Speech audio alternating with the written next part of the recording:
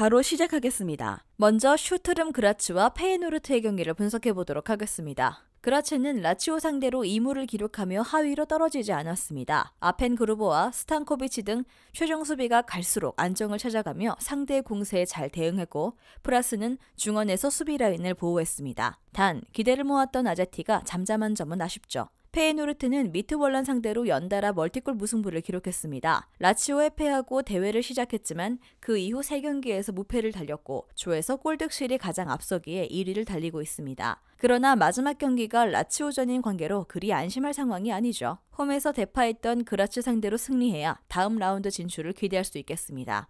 그라츠도 마지막 경기가 원정이기에 홈에서 승리를 노려야 합니다. 그러나 페예 상대로 6골을 내주며 패하는 등 상대에게 어려운 경기를 했는데 코크와 팀버 등 에레디비지의 최상위 수준의 중앙 미드필더진이 서서히 경기의 흐름을 가져올 것이고 자한 바크시와 다닐로 등 확실한 마무리가 돋보이는 선수들이 해결할 페예가 승리하고 1위를 지킬 것입니다.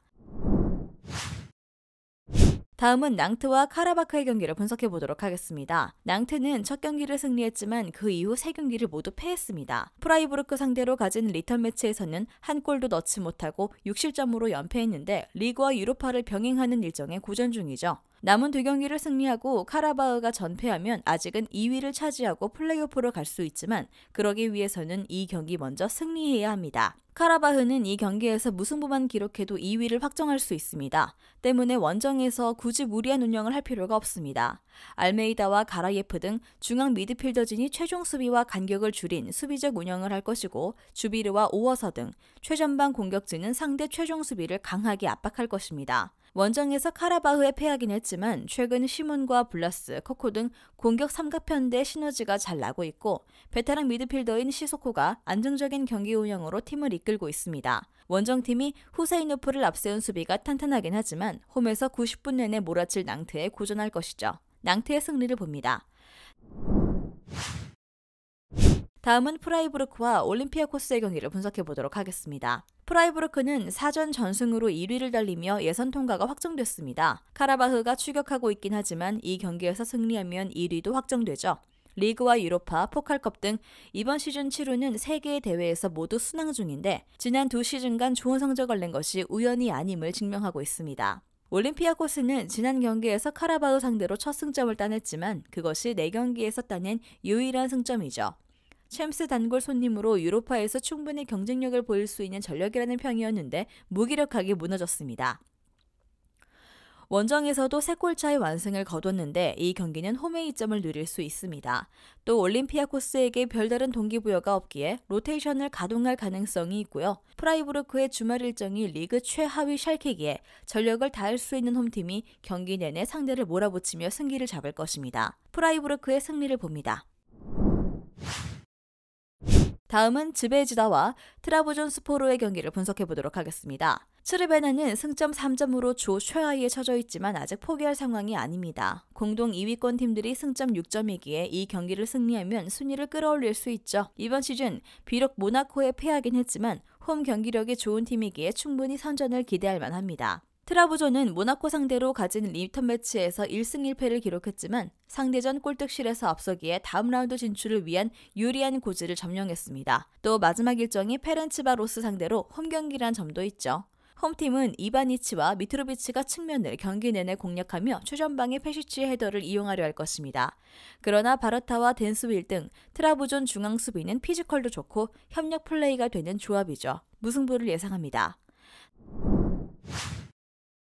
다음은 페렌치바로시와 AS 모나코의 경기를 분석해보도록 하겠습니다. 페렌치는 홈 연승과 모나코 원정 승리로 예상을 깨고 1위를 달리고 있습니다. 그러나 2위권 팀들과 승점 차가 3점에 불과하기에 아직 다음 라운드 진출을 확정하지 못했죠. 때문에 남은 2경기에서 최대한 승점 추가를 해야 하겠습니다. 모나코는 이 경기를 승리하지 못하면 다음 라운드 진출이 어렵습니다. 트라부존과의 리턴 매치에서 원정 대패를 당하며 골득실에서 뒤졌기에 페렌치 상대로는 골득실을 앞서야 합니다. 비록 지난 주말 리그 경기에서는 패하긴 했지만 3골을 뽑아냈는데 벤 예데르와 골로빈, 디아타 등이 상대 수비를 잘 공략하고 있죠. 단, 마리판의 부상이 있기에 수비 라인은 더 안정적으로 경기를 운영할 필요가 있겠습니다. 홈에서 상대 역습을 막아내지 못하고 패배했지만 보다 안정적인 전력을 자랑하는 건 사실입니다. 특히 홈팀이 은구엔과 자카리아센 등 이선의 화력이 좋은 팀인데 마타조와 포파나 등 수비력이 빼어난 더블 볼란치를 내세워 상대 공세를 경기 내내 막아낼 수 있죠. 엠볼로의 확실한 마무리가 기대되는 모나코가 승리하며 승점 3점을 더할 것입니다.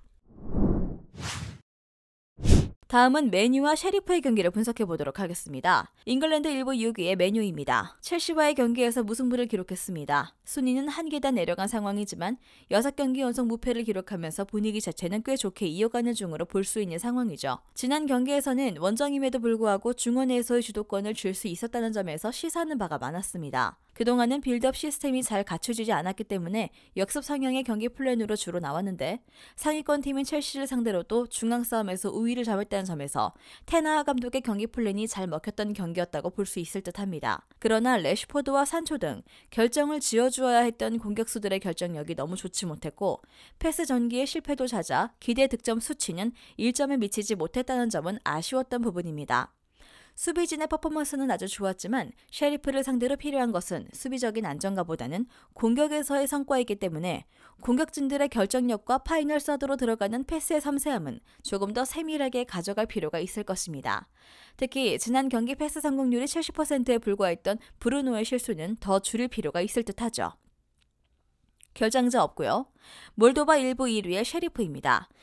최근 기복이 상당히 심한 상황입니다. 특히 유로파에서는 상위 전력을 제대로 커버하지 못하고 무기력하게 경기를 내주는 경우가 자주 발생하고 있는 상황인데 매 경기에서 중앙 주도권을 내주고 끌려다니는 경우가 상당히 많은데 이로 인해 최근 유로파 3경기에서 모두 무득점에 그치고 있는 상황입니다. 지난 소시에다드전에서는 경기 점유율이 30%에 불과했고 만들어낸 슈팅도 2차례에 불과했습니다. 맨유가 직전 경기에서 첼시를 상대로도 중원 우위를 점했다는 점을 감안한다면 지난 유로파리그 경기와 비슷한 양상으로 흘러갈 가능성이 높습니다.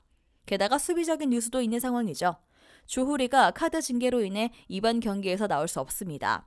리그에서는 철통 수비를 펼치는 팀이지만 유럽 대항전에서는 3경기 연속으로 멀티 실점을 허용하는 등 상위 전력과의 격차를 좀처럼 줄이지 못하고 있는 상황이기도 한 상태라 이번 경기에서도 실점 가능성에 대해서는 충분히 가능성을 열어두는 편이 좋겠습니다. 결정자는요, 조후리 선수가 결정할 것으로 보입니다.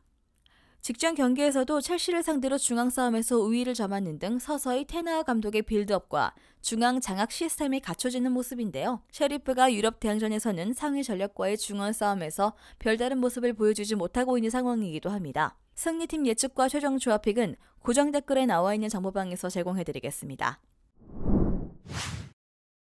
다음은 헬싱키와 AS 로마의 경기를 분석해보도록 하겠습니다. 핀란드 1부 2위의 헬싱키입니다. 최근 2연패를 당하면서 페이스가 좋지 못한 상황인데 강팀들과 모인 상위 그룹에서는 고전을 면치 못하고 있는데 유로파에서도 상위 전력팀들에게 번번이 당하면서 1승도 거두지 못하고 있는 상황입니다. 사실 상위 전력에게 고전을 하고 있다는 점은 정규 시즌에도 나타났는데 현재 상위 그룹에서 1위를 기록하고 있는 KUPS에게도 정규 시즌에서 한 번도 이기지 못했기 때문입니다. 올 시즌 리그에서 보여주는 득점력이 중위권 수준이라는 점은 감안해야겠으나 아부바카리가 영향력을 전혀 발휘해주고 있지 못하다는 점이 결정적입니다. 결정자는요, 라이탈라 선수가 결정할 것으로 보입니다. 이탈리아 1부 5위의 로마입니다. 나폴리에게 패하면서 3경기 연속 무패 기록은 깨지고 말았습니다. 나폴리의 가공할 만한 공격력을 의식해서인지 상당히 수비적으로 나섰는데 실점 억제 능력은 어느 정도 보여주었으나 공격적인 성과가 나타나지 못했죠. 디발라의 공백이 길어지고 있는 것이 상당히 큽니다. 무리뉴 감독의 성향상 3선 라인을 상당히 수비적으로 운영하는 경우가 잦은데 마티치가 주축인 중원 라인인 수비이면 몰라도 중앙 공격 전개에 있어서는 다소 부족하기 때문에 2선에서 창조성을 발휘할 수 있는 디발라의 이탈이 상당히 뼈아픈 상황입니다. 결정자는요, 베이날둠, 디발라, 셀리크 선수가 결정할 것으로 보입니다. 디발라의 이탈로 인한 공격력 감소는 상당히 뼈아프지만 로마와 헬싱키의 전력 차이는 그래도 큰 상황으로 보는 것이 옳습니다. 로마가 올 시즌 하위 전력을 상대할 때는 안정적으로 경기를 운영하는 경우가 잦기도 했는데 헬싱키가 홈 이점을 가지고는 있지만 로마와의 전력 차이를 덮을 수 있는 뾰족한 수가 보이지 않는 것이 사실입니다. 로마의 승리를 점칩니다. 마지막으로 오모니아와 레알 소시에다드의 경기를 분석해보도록 하겠습니다. 오모니아는 예선 4경기를 모두 패하며 이미 탈락이 확정된 상황입니다. 3경기에서 한 골차 승부를 하는 등 접전도 있었지만 상위 리그의 팀들 상대로 그리 인상적인 경기를 하진 못했죠. 소시에다드는 4전 전승으로 이미 예선 통과가 확정되었습니다. 그러나 2위를 하면 챔스에서 내려온 팀과 플레이오프를 해야 하기에 1위에 대한 동기부여가 있죠. 주말 난적 베티스전이 준비된 관계로 세를로스와 실바, 메리노 등이 벤치에서 시작하는 로테이션을 가동할 수도 있지만 그래도 페르난데스와 주벨디아, 나바로 등 좋은 선수들이 나설 수 있습니다. 오모니아가 홈에서 대회 첫 승점을 따내기 위해 최선을 다하겠지만 객관적 전력차를 극복하기 어렵습니다. 특히 소시에다드는 멘데스와 게바라, 주비멘디 등 중원에서 안정적으로 볼을 소유하며 경기의 주도권을 가져올 다재다능한 미드필더들이 많습니다. 소시에다드의 승리를 봅니다. 영상에서 알려드리는 내용들은 모두 1차 분석 내용들이며 2차 분석과 최종 조합픽은 영상 하단 고정 댓글 링크로 문의 주시면 안내 도와드리도록 하겠습니다. 시청해주셔서 감사합니다.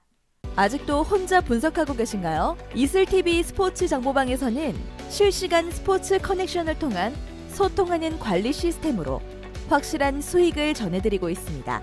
정보방 입장 조건은 없으며 일반인들은 쉽게 접할 수 없는 배당 흐름 분석, 모든 경기 라인업과 결장자, 마지막으로 분석 모델링을 통한 최종 조합픽까지 무료로 제공해드리고 있습니다. 물론 마음에 안 들면 둘러보시고 나가셔도 됩니다. 혼자 하면 단기간으로 수익을 볼 수도 있겠지만 함께 하면 장기간으로 꾸준한 수익이 가능합니다. 정보방 무료 참여하시고 꾸준한 수익을 원하시는 분들은 영상 고정 댓글 링크로 문의 주시면 안내 도와드리겠습니다. 늦지 않았습니다. 함께 합시다.